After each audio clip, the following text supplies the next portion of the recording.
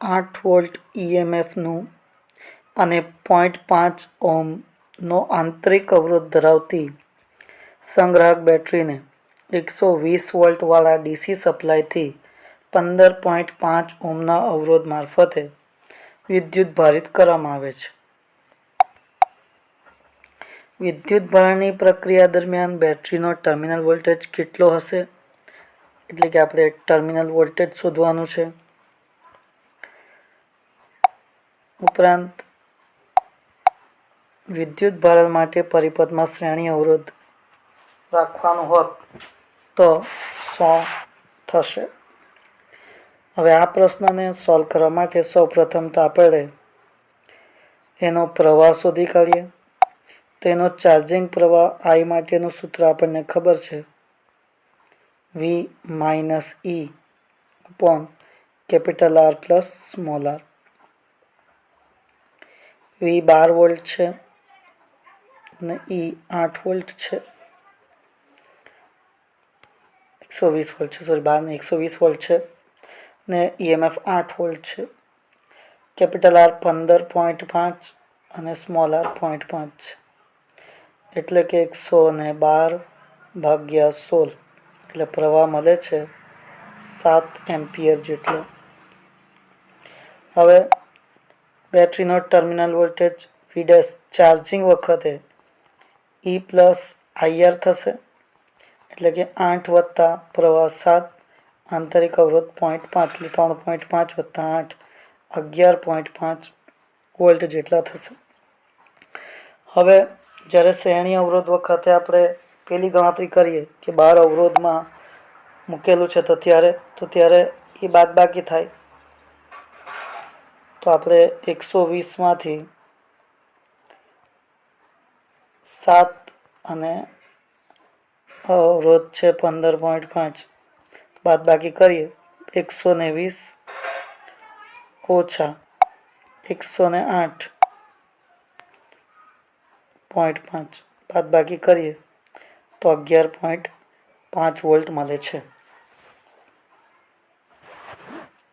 તો હવે અંતે છેલ્લો સવાલનો જવાબ આપીએ કે વિદ્યુત ભારણ માટેના પરિપથમાં શ્રેણી અવરોધ રાખવાનો શો હેતુ છે?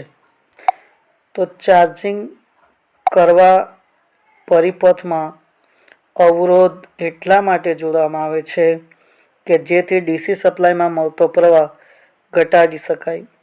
તેથી ઉષ્મા ઉર્જામાં ઘટાડો થાય અને આમ પ્રવાહનું મૂલ્ય ઘટાડવાનો હેતુ છે. નેક્સ્ટ 3 માર્કના ક્વેશ્ચનમાં આપણે લઈશું ઓહમના નિયમની મર્યાદાઓ લખીને સમજાવો. તો વ્યવહારમાં કેટલાક દ્રવ્યો અને વિદ્યુત પરિપથમાં વપરાતા પદાર્થો અને રચનાઓમાં V અને I એકબીજાના સમપ્રમાણમાં હોતા નથી. તેથી આવા કિસ્સામાં ઓહમનો નિયમ પડાતો નથી. પણ દ્રવ્યોના વિશાળ વર્ગમાં ઓહમનો નિયમ પડાય છે. નંબર 1, આલેખ જોઈ શકાય કે V અને I સમપ્રમાણમાં રહેતા નથી. આલેખ કહે છે કે V અગેન્સ્ટ I નો તૂટક સુરેખ રેખા આલેખ ઓહમના નિયમનું પાલન દર્શાવે છે અને સળંગ રેખા ઓહમના નિયમનું પાલન થતું નથી એમ દર્શાવે છે. એટલે કે આની અંદર જે આ તૂટક રેખા છે તેનું પાલન દર્શાવે છે અને જે આ સુરેખ રેખા છે કાળા કલરની, જેને આપણે ગ્રીન વડે દર્શાવી રહેલા છે, તે એનું પાલન દર્શાવતું નથી. આમ સુવાહકમાં પ્રવાહ વહે ત્યારે થોડીક જૂલ ઉષ્મા ઉત્પન્ન થાય છે અને એને કારણે સુવાહક ગરમ થવાથી અવરોધ વધી જાય છે. તેથી V અને I નો આલેખ સળંગ રેખા અનુસાર મળે છે. આના માટે આપણે ઉદાહરણ તરીકે ડાયોડ અને ટ્રાન્ઝિસ્ટરની વાત કરી શકીએ. બીજી મર્યાદા, I અને V વચ્ચેનો સંબંધ V વચ્ચેના ચિહ્ન પર આધાર રાખે છે. એટલે કે સમાન વોલ્ટેજના ધન મૂલ્ય અને ઋણ મૂલ્ય માટે પ્રવાહના અલગ અલગ મૂલ્ય મળે છે. એટલે કે જો PN જંક્શન ડાયોડની વાત કરીએ તો આપણે એની અંદર એની ફોરવર્ડ બાયસ અને રિવર્સ બાયસની લાક્ષણિકતામાં આલેખ જોયો જ છે. આમ આલેખમાં વોલ્ટેજ અને પ્રવાહના ધન અને ઋણ મૂલ્યો માટે પ્રમાણમાં સ્કેલ જુદા જુદા હોય છે.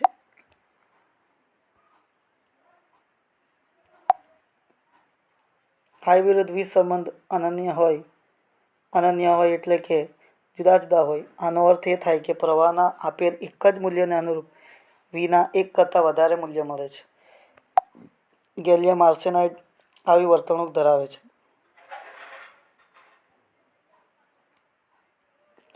આકૃતિમાં ગેલિયમ આર્સેનાઇડ માટે I વિરુદ્ધ Vનો આલેખ દર્શાવેલો છે.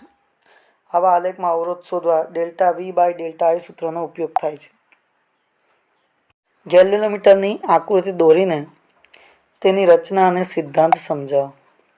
મિત્રો, આકૃતિમાં આપણે જોઈ શકીએ છીએ કે એક પ્રબળ ચુંબક છે NS. આ NSની વચ્ચે એક ધરી પર ગૂંચળું વીંટાળેલું છે, કોઈ એક લોખંડના ગર્ભ પર. તો આનું આપણે વર્ણન કરીશું. ગેલ્વેનોમીટરની રચનામાં પ્રબળ લોહચુંબકના બે અંતર્ગોળ અને નળાકાર ધ્રુવો વચ્ચે હલકી લંબચોરસ ફ્રેમ પર તાંબાના પાતળા તાર વીંટાળીને બનાવેલ લંબચોરસ ગૂંચળાને ઘર્ષણરહિત આધારો પર ભ્રમણ કરી શકે તેવું ગોઠવવામાં આવે છે. ત્રિજ્યાવર્તી સમાન ચુંબકીય ક્ષેત્ર ઉત્પન્ન કરવા માટે ગૂંચળાની અક્ષ પર ગૂંચળાને અડકે નહીં તે રીતે નરમ લોખંડનો નાનો નળાકાર રાખવામાં આવે છે.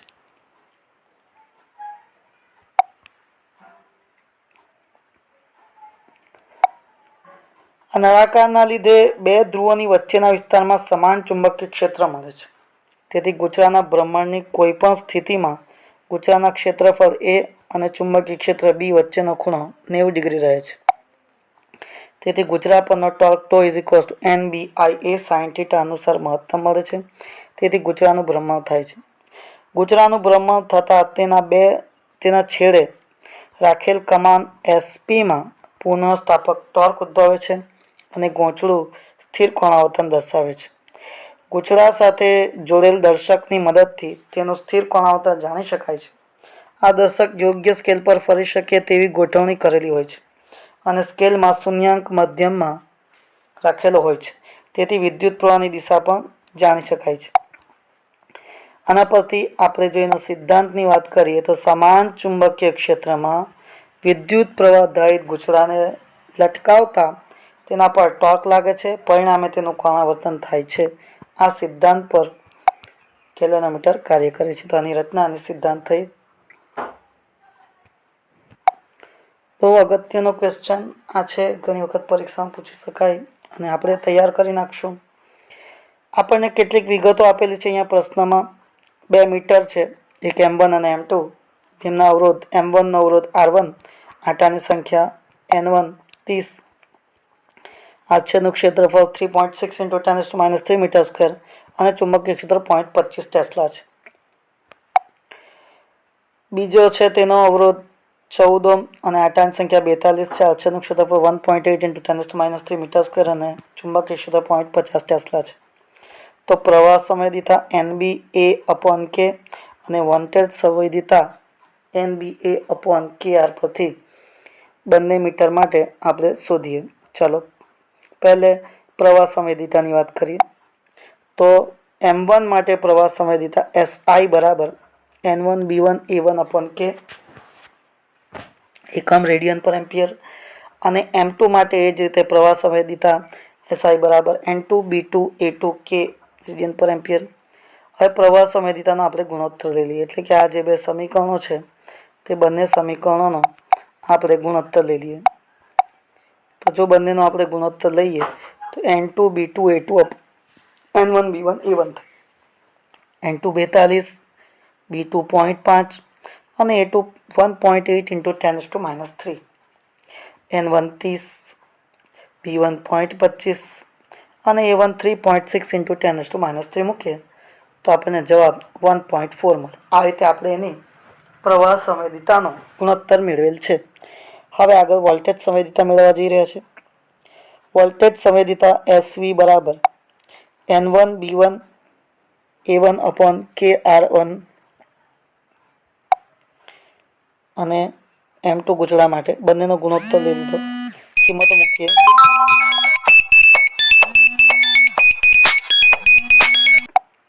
કિંમતો મૂકીએ તો N2B2A2 ની કિંમત મૂકીએ તો 42 ગુણ્યા 10 ભાગ્યા 30 ભાગ્યા 14 તો 1 મળે છે। તો આ પરથી આપણે સોલ્વ કરેલ છે ક્વેશ્ચન। બે સ્લિટ વચ્ચેનું અંતર 1 મિલીમીટર અને પડદો 1 મીટર દૂર રાખવામાં આવે છે। જ્યારે 500 મિલીમીટર તરંગ લંબાઈ પ્રકાશ આપાત કરવામાં આવે ત્યારે સ્લિટની પહોળાઈ કેટલી હોવી જોઈએ કે જેથી સ્લિટની ભાતમાંના મધ્યસ્થ અધિકતમમાં બે સ્લિટ ભાતના 10 મહત્તમ મળે। તો ડી બરાબર 1 મિલીમીટર, કેપિટલ ડી બરાબર 1 મીટર, તરંગ લંબાઈ 500 નેનોમીટર છે, લખાણમાં ભૂલ છે, 500 નેનોમીટર છે। તો યંગના પ્રયોગમાં મળતી n વ્યતિકરણ શલાકા વચ્ચેનું અંતરનું સૂત્ર xn બરાબર n lambda capital D by small D. અહીં xn જે છે એ કેપિટલ ડી કરતાં ખૂબ નાનું હોવાથી કોણીય અંતર થીટા n બરાબર n lambda capital D by capital D into small D, તો n લેમ્બડા અપોન ડી થશે। તો 10મી શલાકા માટે 10 લેમ્બડા બાય ડી થશે। એ પહોળાઈની સ્લિટ મળતી વિવર્તનમાં મધ્યસ્થ અધિકતમની પહોળાઈનું સૂત્ર 2 થીટા 1 બરાબર 2 લેમ્બડા બાય એ થાય। આમ આપણે બે સ્લિટ ભાતના 10 મહત્તમ મધ્યસ્થ અધિકતમમાં 10 lambda small D less than 2 lambda by a થાય। A is very great, a less than or equal to D by 5 થાય, એટલે કે એ જે છે 1/5 મિલીમીટર જેટલું થશે, એટલે કે 0.2 મિલીમીટર જેટલું થશે। ફોટો ઇલેક્ટ્રિક અસર હેઠળના હોલવાસ અને લેનાર્ડના અવલોકનો ટૂંકમાં વર્ણવો। ઈસવીસન 1886માં એટલે કે હોલવાસે ત્યારથી લઈને લેનાર્ડ 1902 સુધીમાં ફોટો ઇલેક્ટ્રિક ઉત્સર્જનની ઘટનાનો અભ્યાસ કર્યો હતો। તો લેનાર્ડે જે કરેલું છે તેમાં એણે એક શૂન્ય અવકાશિત કાચની નળીમાં સામસામેના બે છેડા પર ધાતુની પટ્ટીઓ રાખી તેમાંના એક ઇલેક્ટ્રોડને કેથોડ સી જે ફોટો સંવેદી સપાટી ધરાવે છે અને બીજો ઇલેક્ટ્રોડ કલેક્ટર એ સી અને એ વચ્ચે વિદ્યુત સ્થિતિમાનનો તફાવત લગાડવામાં આવે છે। આ નળીમાં ક્વાર્ક્સની બારી હોય છે જેમાંથી પારજાંબલી કિરણો કેથોડ સી પર આપાત કરવામાં આવે છે। કેથોડ સી પર પારજાંબલી કિરણો આપાત કરતા તેની સપાટી પરથી ફોટો ઇલેક્ટ્રોનનું ઉત્સર્જન થાય છે। એનોડ અને કેથોડને સાપેક્ષ ધન વિભવે રાખેલો હોય તો ઉત્સર્જિત ઇલેક્ટ્રોનને પોતાના તરફ આકર્ષે છે। ઇલેક્ટ્રોન વહન થાય છે, તેથી પરિપથમાં વિદ્યુત પ્રવાહ વહે છે। જ્યારે પારજાંબલી કિરણો આપાત કરવાનું બંધ કરવામાં આવે ત્યારે પરિપથમાં પ્રવાહ અટકી જાય છે। આપાત પ્રકાશની આવૃત્તિ અને તીવ્રતાના ફેરફાર સાથે ફોટો ઇલેક્ટ્રિક પ્રવાહ કેવી રીતે બદલાય છે અને કેથોડ અને એનોડ વચ્ચેનો સ્થિતિમાનનો ફેરફાર કરવાથી ફોટો ઇલેક્ટ્રિક પ્રવાહ કેવો ફેરફાર થાય તેનો અભ્યાસ લેનાર્ડે કર્યો હતો। હવે હોલવાસની વાત કરીએ તો 1888માં હોલવાસે ઇલેક્ટ્રોસ્કોપમાં સાથે ઋણ વિદ્યુતભારિત ઝિંક પ્લેટ જોડી જે આકૃતિમાં દર્શાવેલ છે તેના અવલોકનો કર્યું કે જ્યારે ઝિંક પ્લેટ પર અલ્ટ્રાવાયોલેટ પ્રકાશ આપાત કરવામાં આવે ત્યારે તે પ્લેટ વિદ્યુતભાર ગુમાવે છે। શરૂઆતમાં વિદ્યુતભારિત ઝિંક પ્લેટ પર અલ્ટ્રાવાયોલેટ પ્રકાશ આપાત કરતા તે ધન વિદ્યુતભારિત બની છે। શરૂઆતમાં ધન વિદ્યુતભારિત પ્લેટ પર અલ્ટ્રાવાયોલેટ પ્રકાશ આપાત કરતા તેના પરનો ધન વિદ્યુતભાર વધ્યો। આ અવલોકન પરથી તેમણે તારવ્યું કે ઝિંક પ્લેટ પર અલ્ટ્રાવાયોલેટ પ્રકાશ આપાત કરતા તેમાંથી ઋણ વિદ્યુતભારિત કણો ઉત્સર્જિત થાય છે। આ ઉપરાંત એ પણ અવલોકન કર્યું કે ચોક્કસ લઘુત્તમ આવૃત્તિ કરતાં ઓછી આવૃત્તિવાળો પ્રકાશ આપાત કરવામાં આવે ત્યારે કોઈપણ ફોટો ઇલેક્ટ્રોનનું ઉત્સર્જન થતું નથી। તો આ બે પ્રયોગો છે હોલવાસ અને લેનાર્ડના। આપણે આગલા ક્વેશ્ચનમાં બી આવો એક ક્વેશ્ચન જોઈ ગયા છે કે જેમાં ઓર ગેટ હતું, આ વખતે આપણને એન્ડ ગેટ આપેલું છે। પરિપથમાં આપણને જે કિંમતો આપેલી છે તેનો અગર કોષ્ટક જ આપી દીધો હોય તો આપણે સીધો કરી શકીએ છીએ। તો ટ્રુથ ટેબલ આપણે આ રીતે જોડી શકીએ 0 1 0 0 હોય તો 0 થાય, 1 0 તો 0, 1 1 તો 1 થાય, 0 1 તો 0, 0 0 તો 0, 1 0 તો 0, 0 1 0. હવે આનું આપણે આઉટપુટ દોરવું હોય તો આપણે દોરી શકીએ કે 0 0 1 પછી 0 0 0 0. આ રીતે આપણે એને દોરવું હોય આ પ્રકારે લીટીઓ દોરીને ઇનપુટ આઉટપુટ બધું જ બતાવી શકીએ છીએ. આ ઇનપુટ દર્શાવેલું છે અને એના પરથી આઉટપુટ દર્શાવી શકાય. પ્રથમ ચેપ્ટરનો આ સવાલ છે, બહુ ખાસ ઇમ્પોર્ટન્ટ નથી. પદાર્થ પર વિદ્યુતભાર પારખવા માટેનું સાધન કયું છે? આ સાધનની રેખાકૃતિ સમજાવો. જ્યારે પદાર્થ પર કોઈ વિદ્યુતભાર હોય તેને વિદ્યુતભારિત પદાર્થ અને કોઈ વિદ્યુતભાર ન હોય તો તેને વિદ્યુત તટસ્થ પદાર્થ કહે છે. પદાર્થ પરના વિદ્યુતભાર પારખવા માટેના સાધનને સોનાનું વરખવાળું વિદ્યુત દર્શક એટલે કે ઇલેક્ટ્રોસ્કોપ કહે છે. સોનાના વરખનો વિદ્યુત દર્શક આકૃતિમાં દર્શાવેલ છે.